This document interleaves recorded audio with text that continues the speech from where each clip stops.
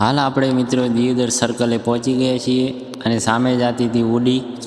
તો મિત્રો આ તમે જોઈ શકો છો એ દિયોદરનો જે સર્કલ રહ્યું એ છે અને આપણે સર્કલની આગળ થઈને જ નીકળી ગયા છીએ. આ મિત્રો દિયોદર સિટી છે જે બનાસકાંઠાની, અને આપણે હાલ દિયોદરથી જે આપણે જવાનું છે એ તરફ આપણે રવાના થઈ ગયા છીએ. અને આગળ અમારા બ્લોગમાં બન્યા રહેજો.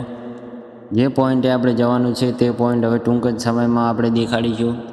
અને હાલ આપણે દિયોદરથી બજારમાં થઈ અને નીકળી ગયા છીએ.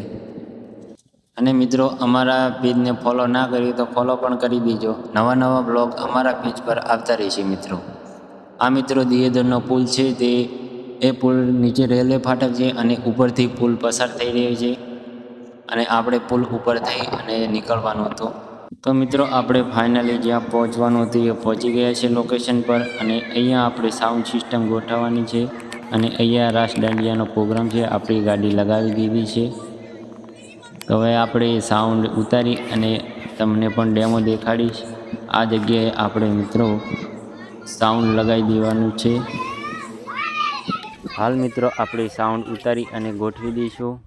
જે તમે જોઈ શકો છો આપણે ઉતારવાનું ચાલુ કરી દઈશું અને વસ્તી પણ આવી ગઈ છે. તો મિત્રો આપણે બેગ પહેલાં મૂકી દીધા હતા અને ઉપર મીડ ચડાવી દીધી છે.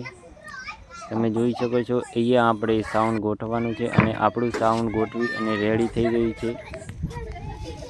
તમને ટૂંક જ સમયમાં હું ડેમો દેખાડી દઉં કે સાઉન્ડ કેવું લાગે. આપણું સાઉન્ડ ચાલુ થઈ ગયું છે મિત્રો. આપણો વ્લોગ પૂરો કરીએ છીએ અને નવા વ્લોગ જોવા માટે અમારા પેજ પર બન્યા રહો મિત્રો. જય માતાજી.